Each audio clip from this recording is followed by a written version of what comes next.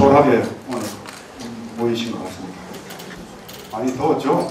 네. 올해 더위가 여간만 극심한 게 아닌 것 같습니다. 더위 속에 휴가도 가고 집에 에어컨 틀어놓고 시원한 데서 음료수 마시면서 이렇게 일요일 쉬셔도 되는데 여기까지 발걸음 하신 것 자체가 이미 여러분들은 부처님의 가르침에 귀의를 했고 그 한 것을 인해서 많은 무량 공덕을 지었고 그 무량 복덕을 받고 계시는 걸로 저는 그렇게 여러분들을 찬탄하고 싶습니다.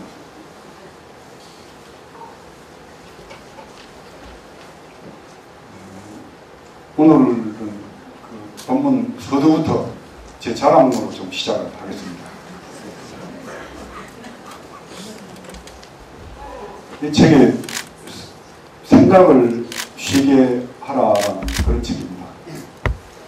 얼마 전에 출판된 책인데 부처님의 말씀을 아주 요결해서 정말 현대인이 살아가면서 보고는 깊이 느낄 수 있는 얘기를 간략하게 그러면서 쉽게 받아들일 수 있도록 책을 이렇게 만들었더라고요.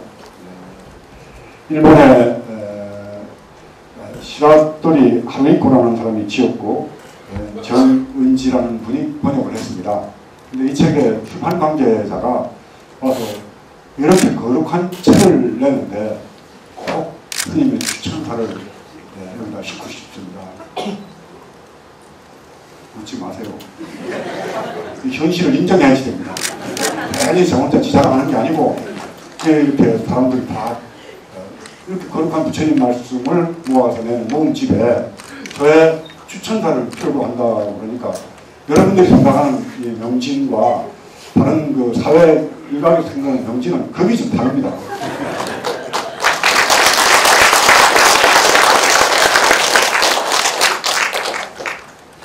그래서 제가 추천사를 이렇게 썼습니다. 달라이라마가 일본에서 강연할 때 달라이라마 스님이 그러시더라고요. 텔레비 나와서 이렇게 말씀하시는데 대학 교수들이 스님께서는 오랫동안 수행을 많이 하셨으니까 참선하신다고 앉아 계시면 집중이 돼서 시간 가는 줄 모르고 그렇게 하시는 걸로 저희는 생각합니다. 그러니까 참 저는 그때 그 양반을 보면서 너무 그 인간적인 매력과 소탈하고 그런 모습 속에 더 막 역시 존경받을 만한 분이구나 이렇게 마음이 들었는데 아이고 좀 앉아있으면 이 생각 저 생각 왔다 갔다 내가 정신이 없습니다. 이렇게 얘기를 해요. 정말 쉬운 대답 아닙니다. 남들은 다 거룩하고 달라이라마 스님 그러면은 인도의 그 참 종교적 지도자로서 티베트 독립을 위해서 밤잠 못 자고 이렇게 지내시는 거룩한 성인 부처님과 거의 다를 바 없는 거룩한 분으로 다 알고 있는데 그 양반 입에서 나오는 소리가 아이고 난 앉아있지 정신이 생각이 왔다 갔다 해가지고 실제로 그렇습니다. 실제로 우리가 만화책이나 뭐 무슨 소설책 볼 때는 1시간 듣고 마니고 2시간 듣고 마니고 더운 것도 모르고 그냥 지나가면서 보지만 불경책 들고 있으면 왜 이렇게 시간이 안 가요? 그런 거하고 똑같아요. 업이 재미있는 다른 업으로 우리가 익혀져 있기 때문에 이렇게 고준하고 심심하고 재미없고 유익하긴 하지만 막 재미가 있어서 정신없이 빨려 들어가지 않는다 이겁니다. 그러니 마음을 비우고 명상을 하고 참선을 하는데 혼자 들어가서 뭐 하룻밤낮을 그냥 지나갔다든가 뭐 몇 시간을 앉아가지고 정신없이 보냈다든가 이런 경우는 참으로 지극히 아주 드문 예가 된다는 걸 여러분 아셔야 됩니다. 전방에 앉아있으면 다 뭐 열 몇 시간씩 정진하면 열 몇 시간씩 이먹고 화두만 하는 것 같지만 거의 하루 종일 짜장면 생각에다가 해제하고 나가면 이제 어디로 갈까 누구하고 며칠 올려서 그 생각이 거의 100일 동안 99일은 그 생각한다고 생각하시고 솔직하게 말씀드리자면 그래 다른 데 가서 이런 일 잘 안 합니다. 여기서 중요한 점은 달라이라마 스님의 그 말씀이 생각의 본질을 보여준다는 거죠. 생각의 본질. 우리 머릿속에 잠시도 가만히 있지 않는 생각의 본질을 달라이라마 스님은 그렇게 쉽게 편하게 우리한테 직접 말씀을 하신 거다.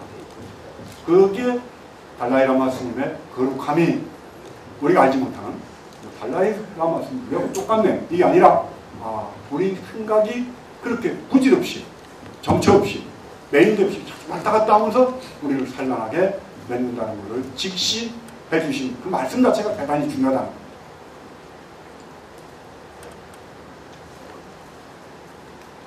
생각을 잠시만 쉴 수 있어도 한결 홀가분하고 가벼워질 텐데 참 어려워요. 월요일부터 금요일까지 일하고 주말은 쉬는 것처럼 시간을 정해서 쉴 수도 없고 그래서 담긴 물처럼 훌쩍 비울 수도 없고 그럼 어떻게 해야 될까? 여기서 생각을 쉬게 하라는 얘기의 서문에 제가 쓴 그 내용이 여기에 이렇게 나옵니다. 그래서 저도 뭐 잘 몰랐는데 어저께 이 책 그 서문을 부탁했던 분이 말씀하시기를 역시 명진 스님의 말씀에는 힘이 있다. 그건 당연한 얘기를 그렇게 원래 여기에 그래서 제가 이제 이 책을 틈틈 이렇게 이제 한 번씩 보고 이러다가 좋은 글이 나오면은 이렇게 말씀을 드립니다. 어리석은 자는 한평생을 두고 어진 사람을 가까이 섬길지라도 참다운 진리를 깨닫지 못한다. 어리석은 사람은 한평생을 두고 어진 분, 그러니까 부처님이나 성인이겠죠. 가까이 섬길지라도 참다운 진리를 깨닫지 못한다. 그러면서 비유를 드시는데 역시 부처님이세요. 마치 숟가락이 국맛을 모르듯이 숟가락이 크게 들락날락하지만 숟가락은 국맛을 모르듯이 어리석은 사람은 그와 같이 아무리 좋은 말을 해줘도 못 알아듣는다. 지혜로운 자는 잠깐이라도 어진 사람을 가까이 숨기면 곧 진리를 깨닫는다. 혀가 국맛을 알듯이. 여러분들은 혀입니까? 혀자입니까? 네? 혀죠. 젓가락입니다. 젓가락이에요.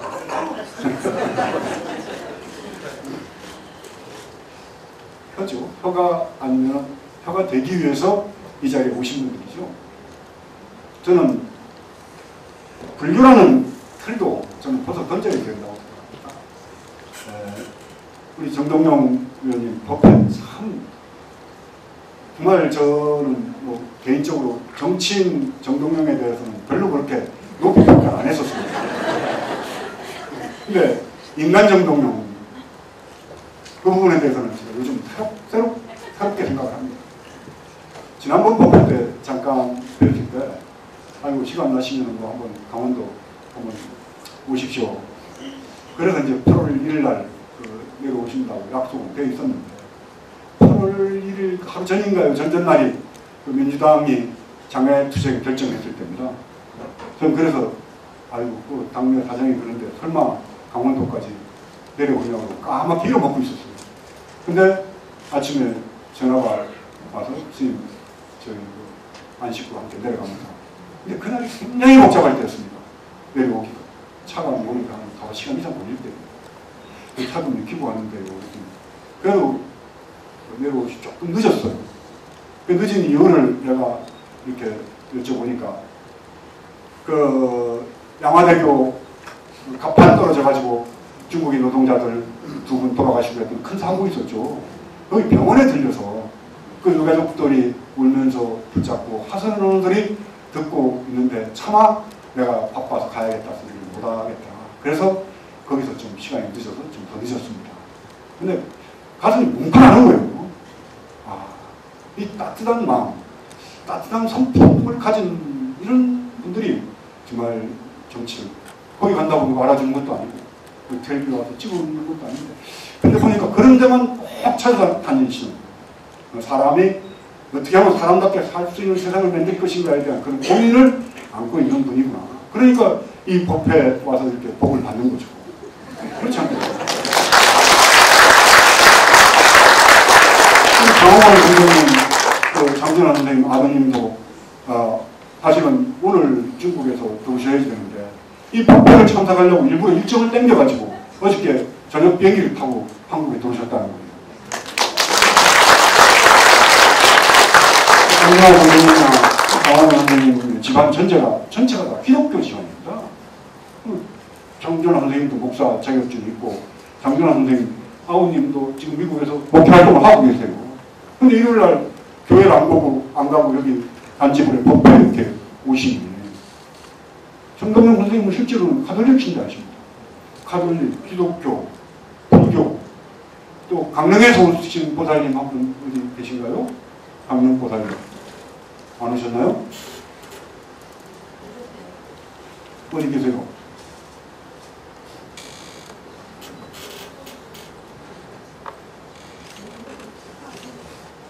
네. 그런 어느 보살님들은 기독교를 그렇게 본인이 20년, 30년씩 있다가 스님 사춘기를 보고 너무 솔직하고 종교에 대해서 다시 한번 생각하게 돼서 개종까지 생각을 하겠다. 이런 분들이 그렇게 많더라고요.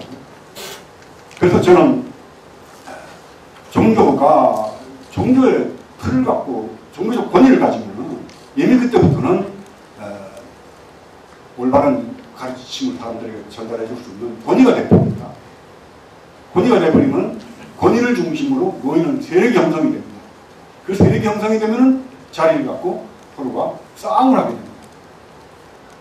그리고 자기 종교를 더 그 권위 쪽에서 널리 피기 위해서 권력이 되는 거죠. 종교 권력. 세상에 전쟁이 90%는 기독교 전쟁입니다. 한쪽이 기독교인지 아니면 양쪽이 다 기독교인 그런 경우도 있었습니다. 전쟁이 됩니다. 그렇다면 세상에 분쟁을 일으키고 전쟁을 일으키고 살생을 하고 서로 죽이고 살리고 하는 전쟁을 일으키는 종교라면 그 종교는 당연히 없어져야지 되겠죠. 우리 인간이 행복하기 위해서 더 나은 삶을 살기 위해서 종교를 선택하는 거예요. 종교 때문에 전쟁이 일어나고 서로 미워하고 불교는 불교를 안 믿는 사람에 대해서 무시하고 기독교는 기독교를 안 믿는 사람은 저주하게 되고 이렇다면 이미 그것은 종교의 역할을 못하고 있는 거예요.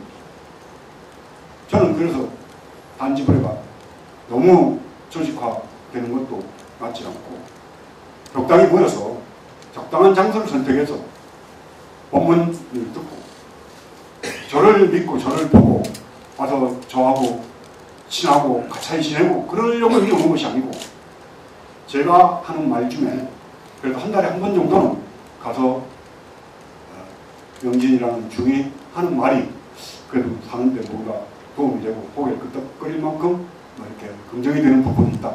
내 삶에 도움이 된다. 이래서 여기 오는 겁니다. 저를 보고 저를 봐서 복이 되고 저를 보고 가서 엄청 물론 여러분들은 그러시겠죠. 저를 보고 가면 기분이 좋고 앞이 확 열리고 자유가 좋고 당연히 그러리라고 생각합니다. 그러나 저는 여러분들에게 그렇게 되기 위해서 오는 것이 아니라 와서 부처님의 말씀에 의지해서 전달해주는 그런 그 말들이 다른 데서 듣던 그 법문의 내용하고는 좀 다르다.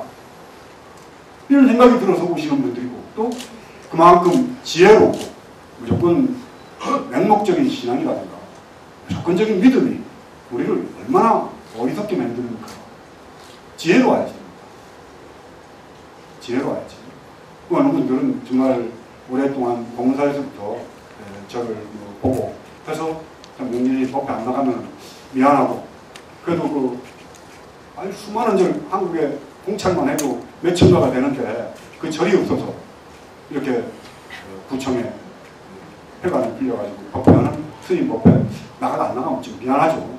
그래서 나오는 분도 혹시 있을지 모르겠습니다. 그러나 대부분은 들어보면은 합리적이죠. 거짓이 없으니까 종교의 권위를 갖고 무슨 부처님의 법을 가지고 사기는 안 치니까. 그래서 여기 오시는 분들이 저는 대부분이라고 생각을 합니다. 여기 보면요. 또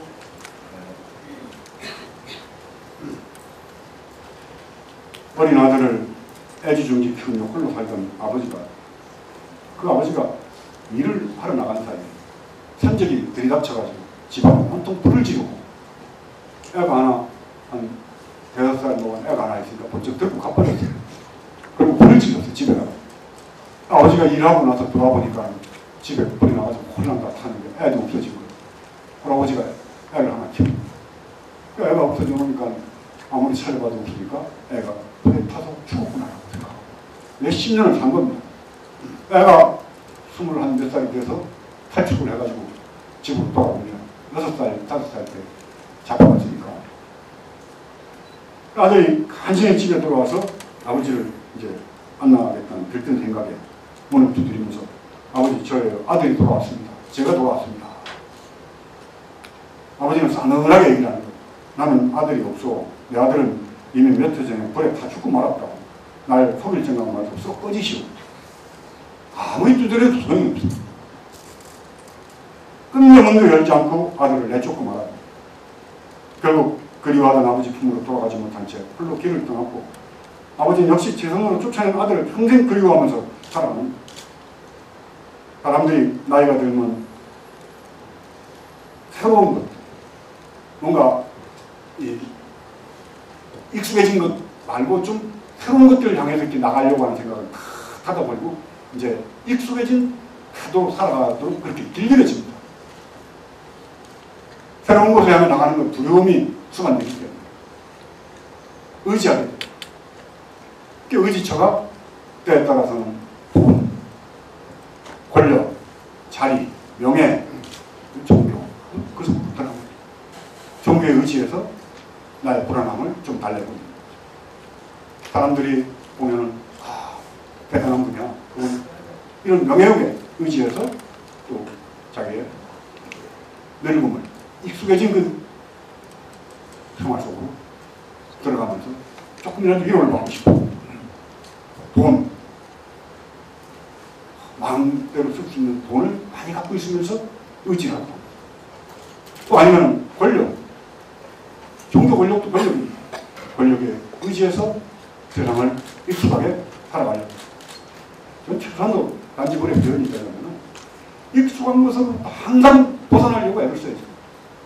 길들여진 것부터 벗어나고자 하는 그런 노력. 우리가 이리저리 생각해서 자기 스스로 에고를 만들어서 자기 스스로가 바라보는 관점을 만들어 놓고 거기에 의지해서 살아가려고 하는 그런 자세를 버리는 겁니다. 부처님의 의지해서 살아왔다면 부처를 버려야지. 그래서 부처님께서 저는 정전의 부들 중에 가장 제 마음에 와서 닿는 부분이에요. 나의 말은 강을 건너는 뗏목과 같으니 뗏목을 건너고 난 후에는 어떻게 해야지 되겠느냐. 그 제자들이 뗏목 버려야죠. 열의 말이라는 당신의 말도 버려야 하거는 다른 것이야. 익숙해진 것을 내지 말라는 부처님의 준엄한 가르침입니다. 당신의 말도 부정을 합니다. 난 이 대목이 불교의 가르침 중에 핵심.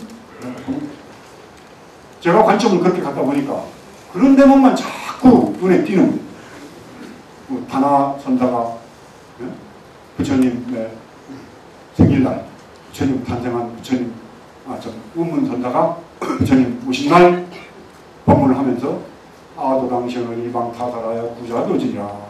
내가 부처님 태어날 당시에 옆에 있었더라면 한 방에 때려 죽여서 개가 15개 던져줄 것이니라. 그랬으면 세상이 편안했을 것을. 이런 대목만 보니까 이 다나선사가 어느 절에 가서 법당에 부처님을 끌어내다가 아궁이에 불을 떼고 잤는데 주지가 와서 세상에 부처님을 아궁이에다가 군불로 떼는 놈이 어디 있느냐 하니까는 내가 어저께 부처를 그러면 화장을 했네. 살이가 나왔겠네. 주지가 야 이놈아 목불에서 무슨 살이가 나오느냐 그러니까는 탈도 안 나오는 게 무슨 부처님이냐. 그러면서 그 주지심에게 묻기를 목불은 불을 견디지 못하고 진흙으로 만든 부처는 불을 견디지 못하고 금으로 만든 부처는 용광로를 견디지 못하니 어떤 것이 참 부처인가 한번 내놔봐라. 휴지가 말도 못하고 입을 딸짝 닦고는 그만 다나 선타한테 무릎을 꿇고 가르침을 받았다는 이런 얘기들 내가 업대로 보는 겁니다. 뭐 부처님이 사비광명을 놓으셔가지고 중생을 노엽게 해주셔서 무슨 뭐 병을 낫게 해주시고 이런 대목도 경전에 많이 나와요. 근데 그런 대목 하나도 머릿속에 안 들어요. 경전을 봐도 자기가 보는 관점만 자기하고 맞는 것만 보게 돼요. 저는 그것조차도 여러분들의 선택이라고 보는 겁니다. 무엇도 여러분들을 갈아먹어서는 안 되는 겁니다. 어느 것도. 그저께 성남 시청에 초청해서 강연을 하게 됐습니다. 아마 공공기관 강연으로는 아마 거의 처음이었을 겁니다. 물론 성남시장 이재명 시장님이 민주당 출신이긴 합니다만은 민주당 출신이라도 지방자치단체장들은 국가의 예산하고 연결되어 있기 때문에 저를 초청해서 강연한다는 것은 생각하기가 쉽지 않습니다. 불이익을 당할 가능성이 많기 때문에. 그래서 제가 조금 일찍 도착해서 성남 이재명 시장하고 이제 차를 한다면서 우리 이재명 시장이 좀 막가파 같습니다. 아니 왜요? 그래요? 아니 나를 불러서 강연시키는 거 보면 앞뒤 생각이 없는 분이에요. 조금 그렇더라고요.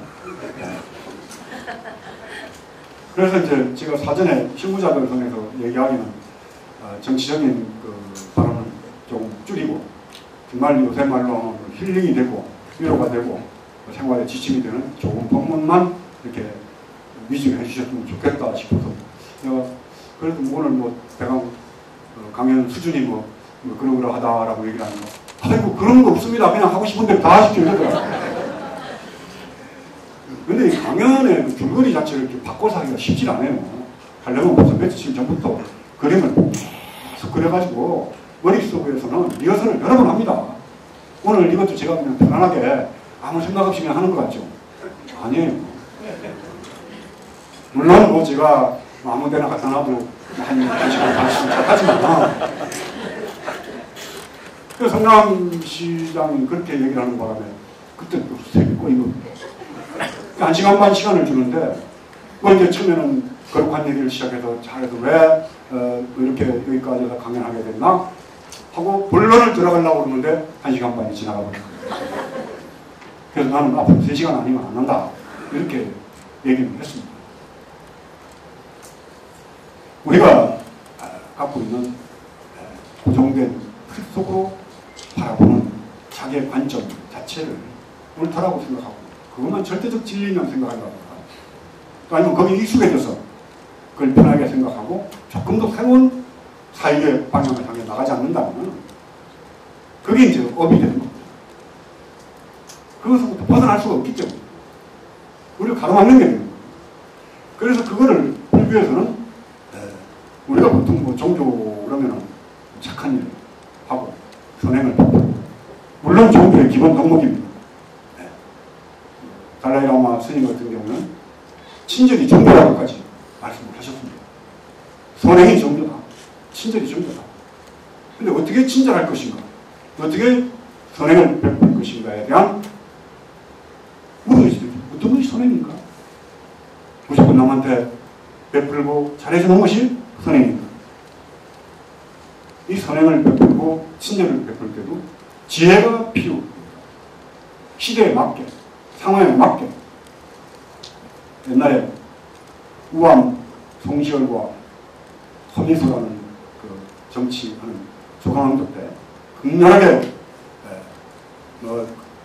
조선왕조는 남인 서인 노론 토론해서 당쟁이 심했잖아요. 근데 송시열이라는 분이 이제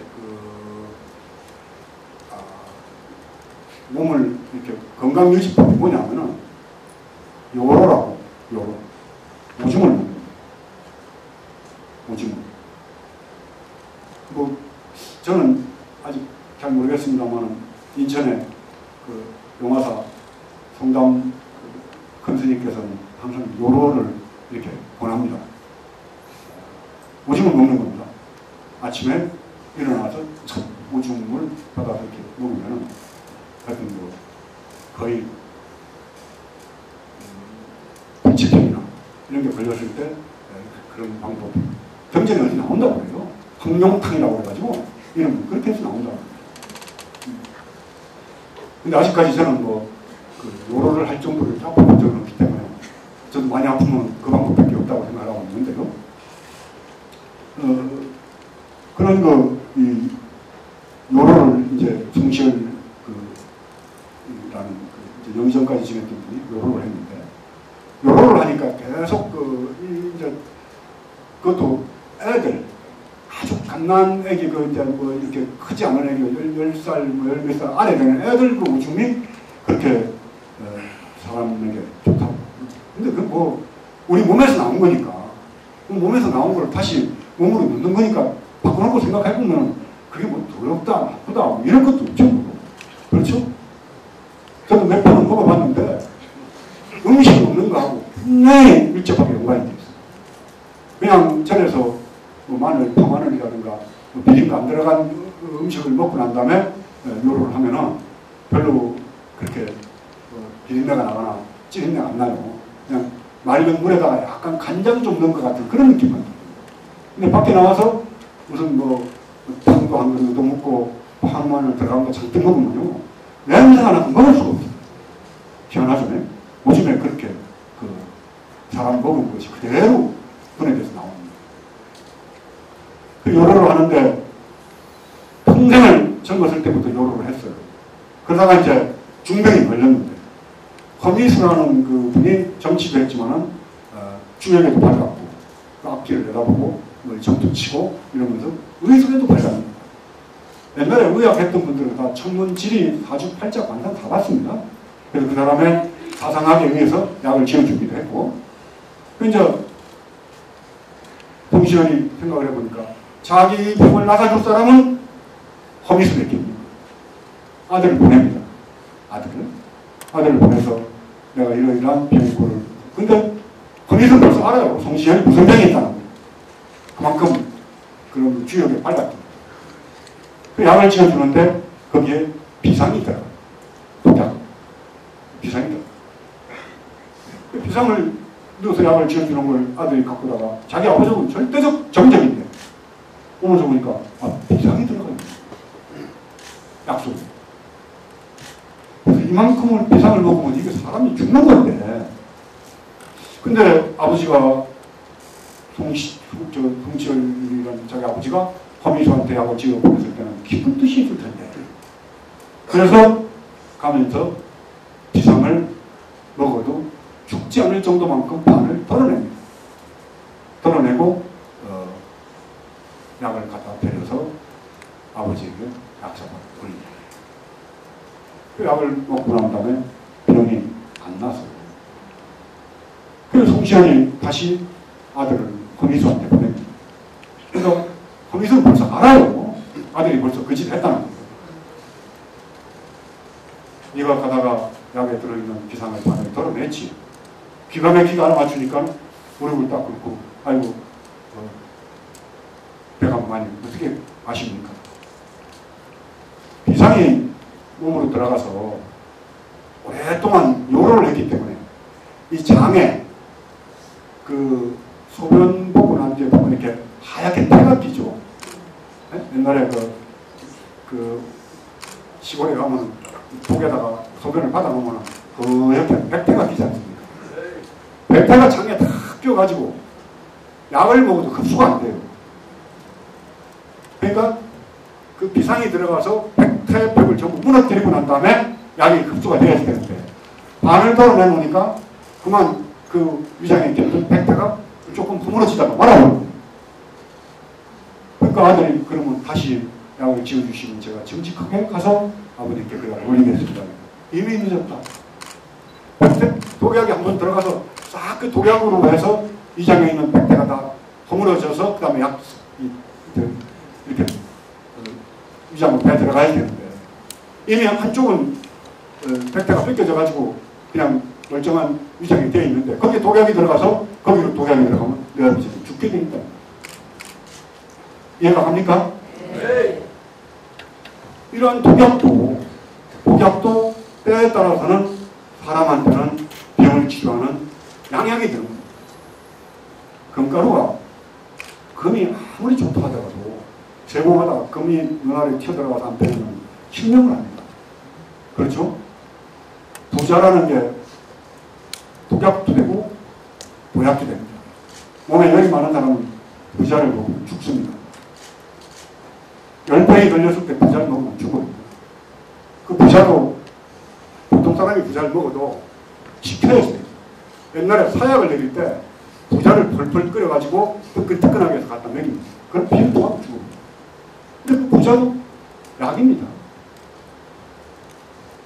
또 어떤 경우에는 약이들이 참이 그렇게 좋죠.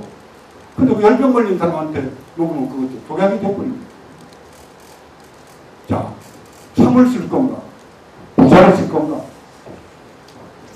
이 판단을 만약에 제가 착한 마음을 갖고 누구한테 좋은 일 한다고 열병이 걸려가지고 벌벌 열나는 사람한테 참을 데려가지고 갖다 줬습니다. 그럼 그 사람한테는 독약이 됐겠죠? 이런 판단을 누가 할 겁니다.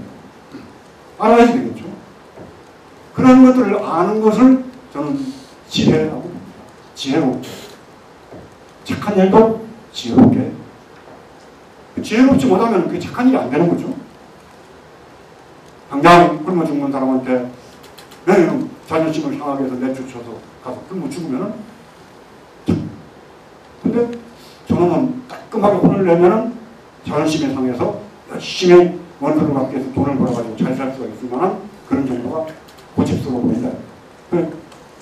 뭐 조카나 사촌이나 누가 돈을 빌리러 왔을 때 돈을 빌려줄 수도 있고 아주 기분 나쁘게 자존심 상해서 돌려보낼 수도 있습니다. 근데 천성이 타고나기를 빌어먹을 그런 그 얻어나 먹고 그저 비럭질할 만한 그런 것밖에 안 되는데 거기다 대고 혼을 내서 내쫓으면 나중에 가지고 그럼 뭐 죽으면은 그건 착한 일이 아닙니다.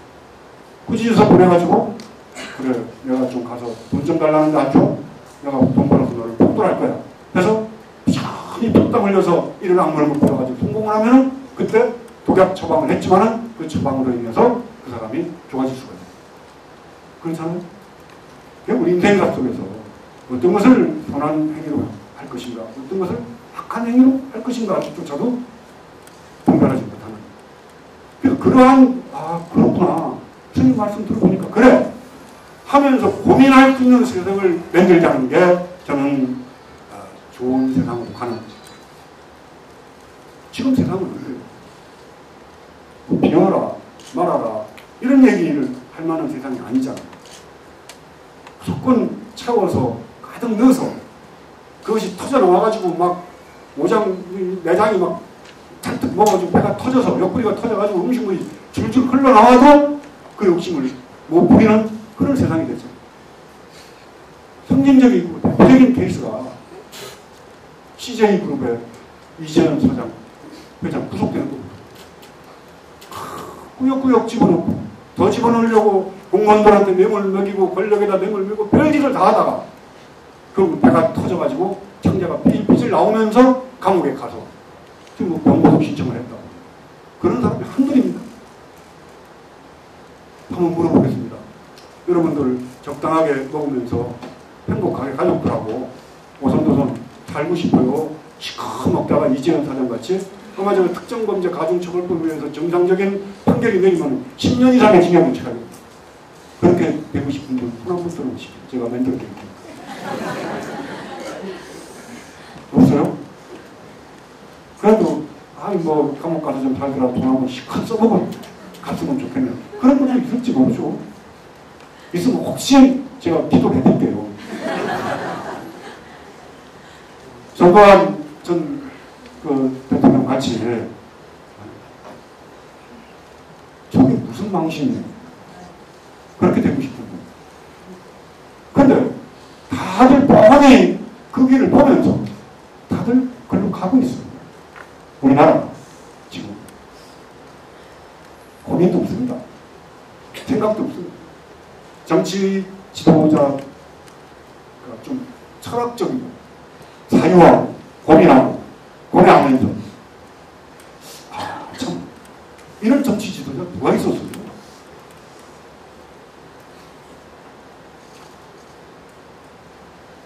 이 너무 기가 막힌 게 대한민국의 현실이라는 겁니다.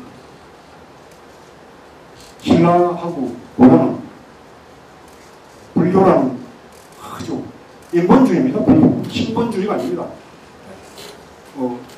어느 누구를 부처님을 믿어요? 이건 불자가 아닙니다. 불교하고 상관이 없고 절에 안 오고 스님들하고 상관이 없고 아무 일 없이 지내더라도 통찰을 통해서 자기 자신의 내면의 소리를 들여다보면서 삶의 문제를 고뇌한다면 이 사람은 붓다의 제자입니다. 붓다의 제자. 불교의 불자는 몰라도 그러나 절에 천일기도 만일기도를 하고 절에 시주를 억만금을 하고 매일 절에 가서 살다시피 하더라도 부처님의 의지에서 복을 받는다든가 부처님을 무엇이게 해서 어떻게 하겠다든가 이렇다면 아무리 절에 열심히 다니더라도 부처님하고는 아무 상관없는 붓다의 제자가 아닙니다. 동의하십니까? 부산으로 나오시는 신도님이라면 기독적 신앙은 어디든지 할 수 있습니다. 어디든지. 항상 말씀드리지만은 장독대에다가 정한수 떠놓고 아들의 무사 귀환을 바라는 여러분 어머니의 기도가 누런 부처님 앞에 100만 원짜리 펴놓고 절 삐죽하고 나가는 기도보다 훨씬 더 영험 있고 더 기도빨이 잘 받는다는 이해가 가죠? 네. 이렇게 종교는 합리적이고 이치에 맞아야 되고 합당해야 되고 논리가 분명해야 되고 무조건 믿어라. 무조건 믿으면 복을 준다. 이런 놈의 사기가 어디 있어요? 네? 종교 행위가 사기 행위가 돼서 안 되는 겁니다. 여러분들이 깨어있는 마음으로 정말 어른같이 차가운 이성으로 세상을 보면서 어떠한 현상이 쫓지 않고 어디도 집착하지 않고 지혜롭게 세상을 살아갈 수 있도록 항상 조언해주고 그 속에서 더불어 함께 지혜를 나누고 잘못된 길을 가고 있으면 붙잡아주고 올바른 길로 가도록 서로 간에 탁마하고 하는 것이 그것이 단지문의 모습이 되었습니다. 혹시라도 오다 가다가 제가 인사를 했는데 어느 분한테는 좀 소홀하게 받을 수도 있고 어느 분한테는 오랫동안 이제 봤던 분들한테는 굉장히 반갑게 인사를 하고 제가 와서 먼저 말도 걸기도 하고 그럽니다. 그래서 조금씩 섭섭한 분들도 있는 걸 압니다. 근데 저를 부처님도 그러시잖아요. 나의 건강에 나오잖아요. 나의 모습이나 나의 목소리나 야기 생태나 이 음성과 나의 모습으로 나를 보려하거나 소리로서 나를 보려하고 있다는 사태입니다. 마찬가지입니다. 여기 오신 분들한테 제가 이렇게 말씀을 드리는 이거는 여러분들 하나하나에 대한 그 진리성을 지향하는 올바른 양심에 지금 만나고 있는 겁니다. 제 손을 안 잡아도 악수를 안 해도 제가 다정하게 눈빛을 안 줘도 저는 여러분들 마음속 항상 올바른 말과 올바른 부처님의 가르침 진리 속에 함께하고 있는 겁니다. 그리고 반집의 모양도 그렇습니다. 저는 사실은 옛날에 말씀드렸죠. 금단청, 은단청한 하얀 대형전이 아니더라도 한강 백사장에 천막을 치고 여러분들과 함께 공부에 대한 얘기를 나누더라도 그것이 참다운 저는 부처님의 가르침으로 여러분들 만나는 차문의 자세라고 저는 생각하는 거예요. 다들 보교당이라고 안 했으면 우리가 크게 지었으면 하는데 물론 돈을 쌓아놓고 그렇게 하기만 하면 언제든지 재산을 팔아서 저한테 갖고 올 분들이 많다는 걸 알고 있습니다. 무서워? 내가 김치국만 마시나요? 저는 평생 김치국만 마신다고 그래요. 그러나 이 비어있는 공간에 이 자리에 이렇게 모여서 구청에도 다소간에 이 회관 이용료를 이렇게 받고 우리도 배우는 공간에 와서 얼마나 편하네요. 절 지으면 법당 해놓고 마루에 앉아서 뭐 불편하게 앉아 있어야 되는데 무릎이 아픈 노보살님들이라든가 뭐 불편한 분들은 마루에 앉으면 얼마나 불편해요. 아니 그래서 여기를 아예 성동구청하고 계약을 해가지고 단집을 법당으로 사용을 했으면 좋겠어요. 그 다음에 성동구청장 나오면 무조건 민주당입니다. 대통령 애를 써야 될 것 같아요. 사전 선거 그게 들어갑니다.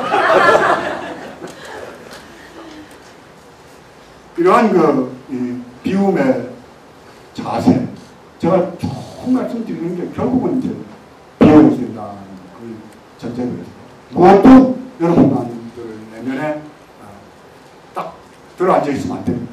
왜냐하면 변해요. 변하는 것에 집착을 하기 때문에 괴로운 겁니다. 재해 무상이에요. 거듭다, 변한다, 모든 것은 영원히 빌본의 자리에 그 자리에 항상 영원히 그대로 있는 건 아무것도 없다. 이게 재해 무상이에요. 근데 변하는 것을 변하지 않는다고 집착하면서 괴롭기 시작한 겁니다. 괴로운 거예요. 영원한 낮이 어디 있어요? 영원한 밤이 어디 있어요? 영원한 행복이 어디 있어요? 행복하기만 바라지 마세요. 행복이 뒤집어놓으면 불행입니다. 무조건 행복해야 됩니다. 난 행복과 불행의 그런 어딘가를 바라보는 그 이성적인 눈매가 여러분들 그야말로 참으로 행복한 길로 이끌어내는 영원히 꽃이 피었나요? 꽃이 피었으니까 지죠. 봄에 올라온 이파리가 올라올 때 이미 뿌리에서는 가을에 잎이 떨어질 준비를 하고 있습니다. 낙엽이 떨어질 때는 내년 봄에 잎이 피울 준비를 하고 있습니다. 이게 이 우주와 진리입니다. 끝없이 변해가는 것. 끝없이 봄이면 좋을까요? 봄이 오면 여름이 오고, 여름이 오면 가을이 오고, 가을이 오면 잎이 뚝뚝 떨어져서 겨울이 오고, 그렇게 무덥던 여름도 입추 지나면서 산골짜기 깊은 산골에는 입추 지나면 대부분 아침 바람이 딱 달라져. 서울에는 아직 오늘 아침은 어제하고 조금 다른 것 같더라고요. 계절이 그렇게 무상한 겁니다. 이렇게 흘러가는 무상한 계절. 근데 이 덧없이 흘러가는 계절을 축하하고 기뻐하는 어리석은 사람들. 여러분이나 저는 마찬가지입니다. 생일 축하합니다 하고 해피 버스데이 노래 부를 때 한 달간 죽음이 다가왔으니까 축하합니다 이 소리거든요. 그렇잖아요. 생각을 해보세요. 그게 어떻게 축하할 일입니까? 태어나서 한 달 죽음이 다가왔는데 해피 버스데이 축하는 너 죽을 날 한 달 더 됐으니까 축하는 이런 놈의 그 저수가 어디 있습니까? 축하할 때 케이크 살 돈, 축하할 돈 있으면 전부 다 갖다 서를 주십시오. 또 해 넘어갈 때 재종 치면서 불쭉 탁 튀고 막 와 소리 지르죠. 이것도 한 해가 더 지나가서 이제 우리는 죽음 앞으로 한 발짝 더 다가왔다. 죽었다. 빨리 죽자. 축한다. 그런 거죠. 인간이 무심결에 아무 생각 없이 그냥 하는 행위 중에 깊이 생각해보면 얼마나 어리석고 얼마나 바보 같은 짓들을 많이 하면서 전혀 모르고 그냥 가는 겁니다. 남들 따라서. 남들이 축하니까 나도 축하합니다. 생각이 없어, 생각이. 안집의 연도는 그래서는 안 됩니다. 왜? 무엇 때문에? 어떻게? 무엇을? 전제가 이 물음을 묻는 순간은 항상 여러분들은 부처님의 가르침에 의지해서는 붙다가 되는 것이고 이 물음을 놓는 순간 여러분들은 그냥 세속의 속물로 살아가는 것이고 그런 사람들이 많아져야 돼요. 고민하는 사람들이. 어떤 식으로 는지가 안 돼요. 근데 우리나라는 역사가 한국의 근대 역사가 불행합니다. 아까 말씀드렸다시피 신라와 고려는 그래도 자격심에 의지해서 물론 기복신앙도 있고 뭐 복을 빌기도 하고 절에 가서 사주도 보고 점도 치고 관상도 보고 이름도 지어주고 저한테 이름 지어간 분이 오늘 안 오셨네요. 근데 제가 그 여명이라고 이름을 지어드렸는데 그 아프던 그 병원에 입원했다가 아픈 게 그래 빨리 낫더랍니다. 이름을 지어주고 제가 이름도 잘 지어요. 아니 그 사주 팔자 관상 못 볼 것 같아요. 잘 봅니다. 지금이야 이제 뭐 이렇게 차로 개인적으로 차 운동을 많이 하지만 젊었을 때는 그 기차를 탄다든가 이런 거는 옛날 기차는 조금 마주보게 돼 있었습니다. 통일하고 번외기호는 마주보면 꼭 그 앞에 앉은 분들이 아이고 스님 저 사진을 좀 봐주세요. 그럼 뭐 저는 뭐 봐주는 것도 뭐 요거트 주고 사과 주고 뭐 오징어도 주고 해서 잘 먹고 다녔습니다. 근데 이제 애기들을 안고 있는 부모들은 거의 애기를 가지고 스님 앞으로 어떻게 될 건가 한번 좀 봐주십시오. 그럼 뭐 기가 막히고 걔를 완전히 해방을 시켜줍니다. 그건 참 고집스럽게 생겼네요. 저도 고집 안 들어오는 애가 어디 있어요. 아이고 스님 어떻게 하세요? 아이고 이런 눈알이 뭐 눈꼬리 봐라 이거 보통이 아니게 생겼다. 그럼 부모들은 그게 칭찬으로 들리잖아요. 그 다음에 이제 나는 고집이 있어가지고 억지로 꺾으려고 그러면은 뭐 100일로 간다.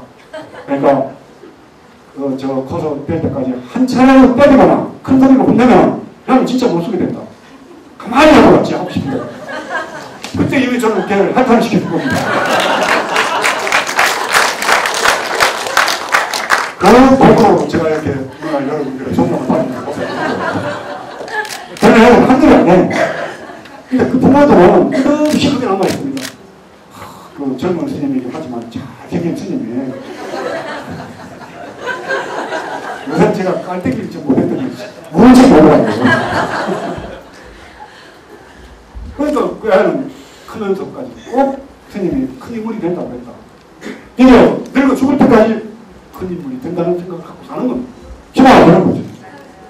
이놈이 얼마나 판단 잘 봅니다. 언제나 저보러 오세요. 그렇게 되게 될 거예요. 이러한 우리의 삶 속에서 다가오는 그런 여러 가지 문제들을 생각할 수 있는 세상을 만들어야 되는 겁니다. 고려 신라보다는 불교로서 통치, 국가를 다스리는 이념이었습니다. 국교가 불교였으니까. 스님들이 독수할 수 없고 왕이나 임금이 전부 다 재상들이 전부 다 절에 가서 어려운 일을 묻기도 하고 그랬습니다. 조선시대는 어땠습니까? 고려 말에 스님들의 부패상이나 이런 것들이 결국은 유교의 성리학으로 나라의 통치념이 바뀝니다. 통치념이. 유교 공자님의 말씀 논어라든가 맹자라든가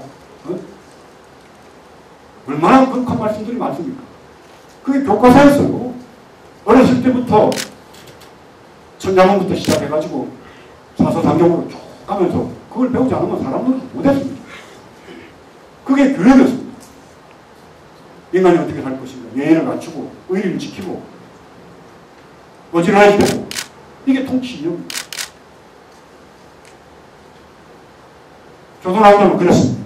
그리고 조선왕조가 망하고 일제 침략 36년을 우리가 지냈는데 그때는 이념이고 뭐가 없어요. 그냥 독립 한쪽에 일본에 침략하에서 교육받았던 사람들은 천황 폐하를 우리 황제로 생각하는 내선일체 끝없이 그런 교육을 받으면서 바로 극소수에 달하는 사람들 독립운동을 한다고 만주벌판으로 러시아로 간도로 돌아다니면서 풍찬모속하며 피바람 맞으면서 독립운동한 거 말고는 저는 일제 36년 우리 국민들에게 던져주는 메시지는 독립이었습니다. 그러니까 해방이 된 거예요. 해방은 우리 손으로 없습니까? 결국은 2차 세계대전이 끝나면서 일본이 패망을 하고 참 몇 안 되는 분들의 독립운동이 빛을 발하지 못하고 결국은 남과 북이 분단이 되면서 사상과 이념적 대립 속에 극심한 혼란을 겪다가 전쟁까지 치르게 됩니다. 그러다 보니까 북쪽은 원조가 되고 남쪽은 미제의 약점으로 되고 우리는 북한 괴뢰가 되고 원수가 돼서 지금까지 70년이 다 돼가지고 그동안 촛불을 맞대고 싸워야 되는 민족의 비극을 안고 살아가는 그런 거 여기에 뭐 사상이 있었습니까? 이념이 있었습니까? 60년 동안 사상이 있었죠. 무슨 사상입니까? 뭘 반대하는 사상이 있었습니까? 반공, 공산주의를 반대하는 게 우리 사상이었습니까? 우리가 무슨 다른 어떤 사상을 갖고 나라를 이렇게 다스리고 뭘 하겠다는 게 아니라 무엇을 반대하는 게 우리 사상이 된 겁니다. 그런 사상이 어디 있어요? 나는 너를 반대하는 게 내 인생의 목표가 된다. 그게 인생이 돼서 쓰겠습니까?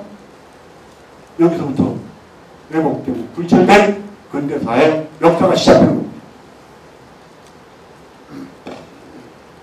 조금이라도 진보적이고 개혁적인 인간이 어떻게 살 것인가에 대한 고뇌를 하는 사람은 다 빨갱이고 뭐라.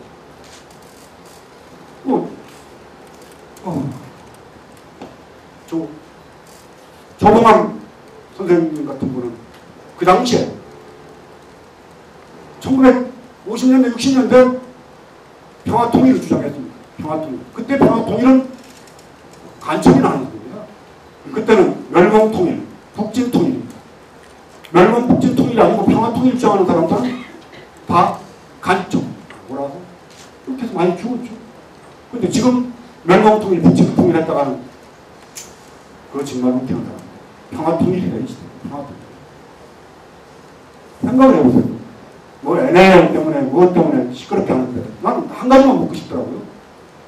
노무현 전 대통령이 NLL을 평화협력지로 설정해서 남과 북이 서로 같이 배도 잡고 싸움하지 말고 이제 그렇게 지내자는 거 하고 박근혜 대통령이 미국 방문해서 국회의사당에서 미국의 국회의원들한테 휴전선을 평화공원으로 만들겠다는 말하고 무엇이 어떻게 다른가 나는 묻고 싶어요. 우리 젊은이들이 피와 땀으로 짓긴 대우절대를 어떻게 평화공원으로 만듭니까? 피와 땀으로 계속 싸워가면서 계속 지켜야지. 그 말이 맞지 않습니까? NLL을 남북 간의 평화협력지대로 만드는 것이 그것이 NLL을 없애고 북한의 뜻에 동조하는 그러한 친북 종북이라고 그렇게 만든다면 우리 박근혜 대통령도 종북이 되고 바다보다 더 중요한 육지를 대응제를 어떻게 평화제대로 얼마나 많은 젊은 사람들이 피를 흘리면서 지킨 휴전선인데 이렇게 물을 수밖에 없는 겁니다. 앞에서 하는 말도 하고 뒤에서 하는 말도 하고 사상과 이념을 없고 결국 갖고 있는 생각이라는 것은 경제발전을 통해서 무조건 잘 살아야 됩니다.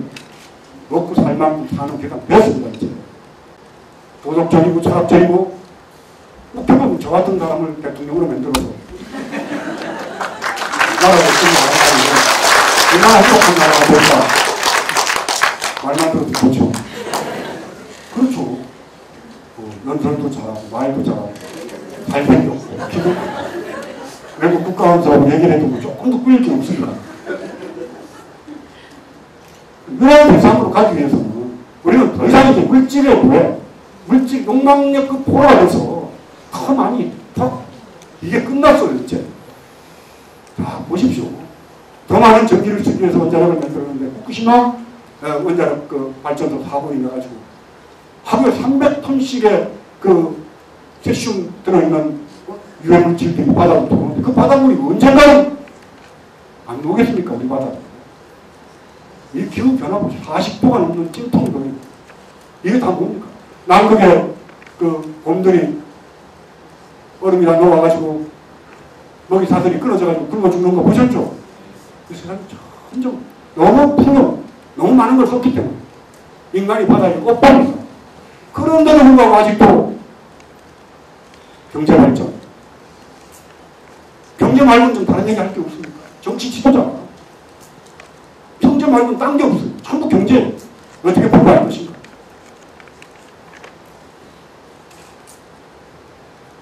편리함도 지나치면 불편함이 되는 겁니다.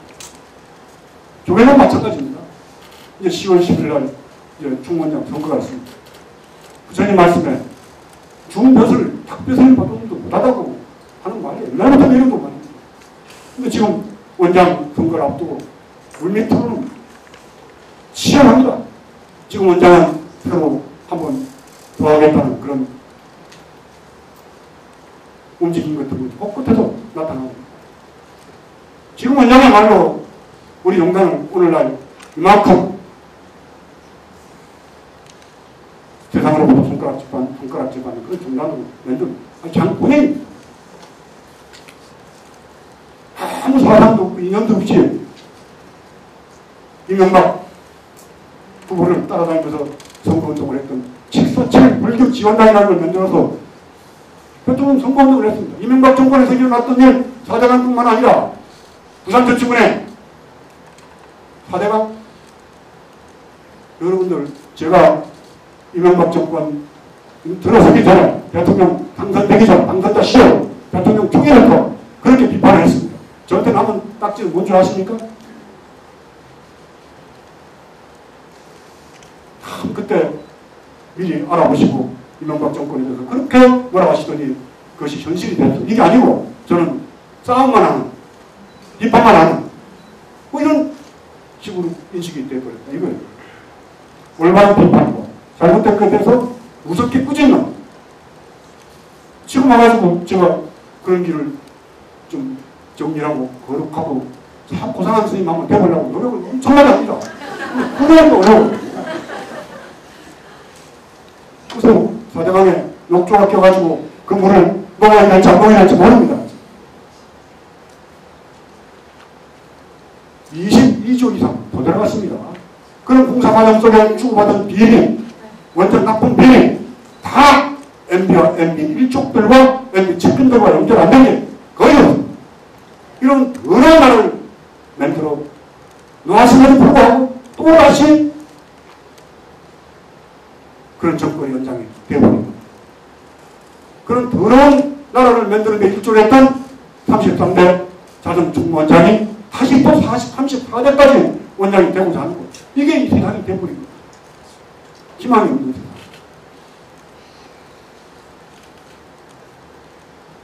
날카롭고 냉정한 모습으로 세상을 바라보면서 어떻게 하면 행복해질까? 어떻게 하면 더 이상의 고통이 없을까? 어떻게 하면 우리가 인간답게 살 수 있을까? 그런 세상을 만들어내려고 애쓸 것인가에 대한 철학적 고민.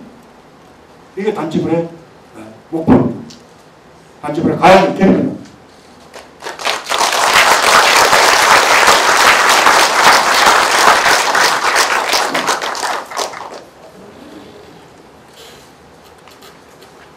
끝없는 우리는 선택을 해야지 됩니다. 인생이라는 건 어떻게 보면 그 선택의 어떻게죠? 판단하고, 선택하고, 행동하고. 근데 판단하고, 선택하고, 행동할 때 어떡합니까? 생각을 해야죠. 날 가르쳐 생각을 해야죠. 오늘 아침인가요? 어제 아침인가? 오늘 아침 뉴스인가요? 제가 요새 뭐 텔레비도 잘 안 보고 신문도 거의 안 본 지가 한 달 가까이 됐습니다. 그 대신에 아침 6시부터 8시 반까지 CBS 기독교 방송 뉴스를 했습니다. 저는 케이블 TV를 봐도 불교 방송을 안 봅니다. 기독교 방송을 봅니다.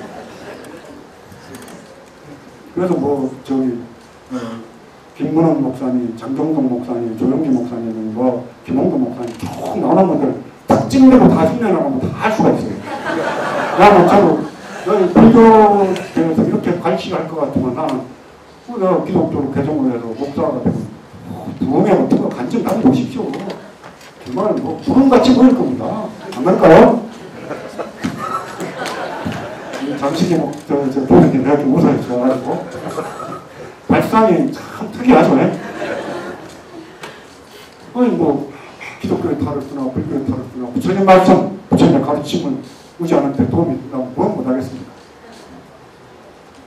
보니까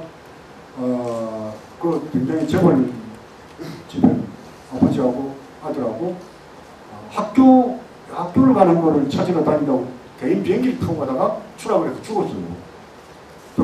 오늘 아침 뉴스 같습니다. 떨어지는데 미국에서 그랬는데 그 비행기 떨어지는 데 있던 한 달 먹은 애하고 13살 먹은 애가 죽습니다. 그 무슨 벼락이에요. 그야말로 마른 하늘에 날 벼락. 이런 그 전혀 예상치 못했던 그런 그 우연과 이런 것들이 얽혀가지고 오는 사고 같은 거 이런 것이 우리한테 있을 수가 있습니다. 그래서 저는 우연과 필연이 복합적으로 교차되면서 한 줄 한 땀 이렇게 짜나가는 이런 수라고 본다. 우리 인생이라는 거는 인생이라면 내 마음대로 안 되잖아요. 때에 따라서는 이상한 사건이 생겨가지고 내 앞길을 가로막기도 하고 이상한 사람이 나한테 와가지고 내 앞길을 열어줍니다. 그거는 복으로 봅니다. 내가 살아온 행위 속에서 전혀 기억 속에 없었던 어마한 옛날에 지은 행위에 대한 업보가 내한테 나타나는 것이다. 그건 하나님이 복을 주고 부처님이 복을 주는 게 아니고 전부 여러분들이 지은 행위에 대한 복이 숨어져 있다가 나타나기도 하고 오랫동안 숨어있기도 하고 어떤 악행은 아예 안 나타났다가 다음 생집에서 나타나가지고 나로 하여금 아주 그 못된 그런 벌을 받게도 하고 어떤 악행은 바로 일어나서 내가 그 업보를 받기도 하고 그런 그 촘촘히 짜져 있는 그물과 같은 그런 그 업보의 세계 속에서 내가 할 수 있는 일은 언제든지 명확하고 냉정한 이성으로 사물을 바라보고 판단하면서 내 길을 갈 것입니다. 그런 후회가 없습니다. 설사 나한테 조금 좀 나쁜 일이 생기더라도 저는 그렇습니다. 본사에서 3년 전에 그렇게 열심히 살았죠. 열심히 살면서 기도하고 더불어 함께 봉헌했던 그 시간들 아깝죠. 또 기회가 주어진다면 그렇게 열심히 살고 싶은 그런 마음도 있습니다. 그러나 그것이 이미 다 지나간 일이에요. 그리고 여러분들과 함께 이렇게 새롭게 새로운 형태, 새로운 틀 속에서 여러분들 만나봅니다. 봉헌사에서 이렇게 복권하니까 우리 장화원 선생님이나 또 민원진 선생님, 김재용 전 의원님 다 저희 전공을 이렇게 모여가지고 새로운 사람들 만나는 이 새로운 그 만남이 어디서 어떻게 바뀔지 아무도 모릅니다. 정동영 그 의원님이 다음 대통령이 나와가지고 나를 독사로 모실지 몰라요.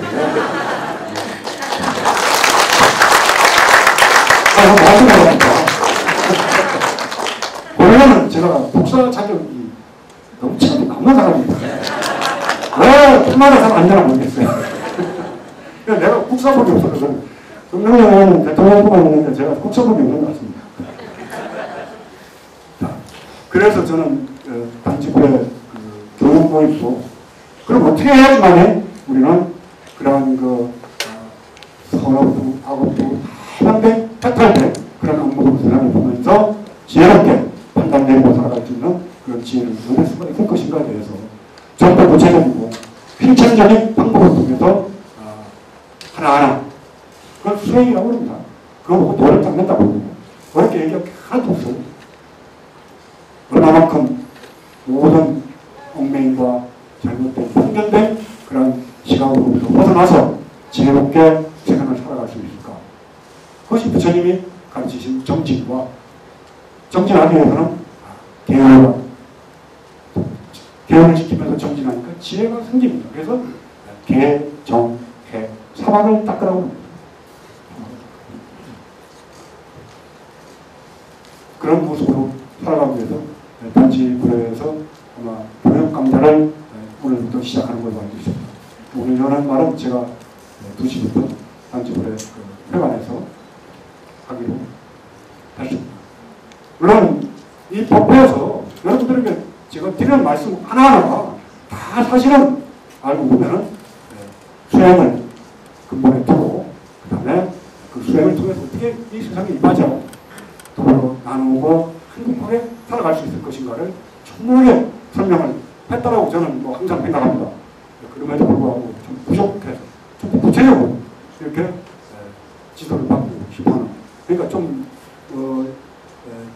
유치원이나 국민학교 초등생 되는 분들은 거기 등록을 해서 나오시는 걸로 알고 있습니다. 앞으로 단지부 후배 모임이 점점 더 저도 역시 공부를 해야지 됩니다. 또 수업을 해야지 됩니다. 또 여러분 건강 좀 유의하십시오. 요즘에 감기도 걸리시고 좀 안 좋으신 분들이 있다는데 건강하셔야지만 안타가 편해집니다. 건강하십시오. 다음 9월달 법회 때까지 다들 편안하시고 집안 모두 다 복 많이 받으시고 하는 일 잘 되시기를 제가 열심히 마음속으로 빌어드리겠습니다.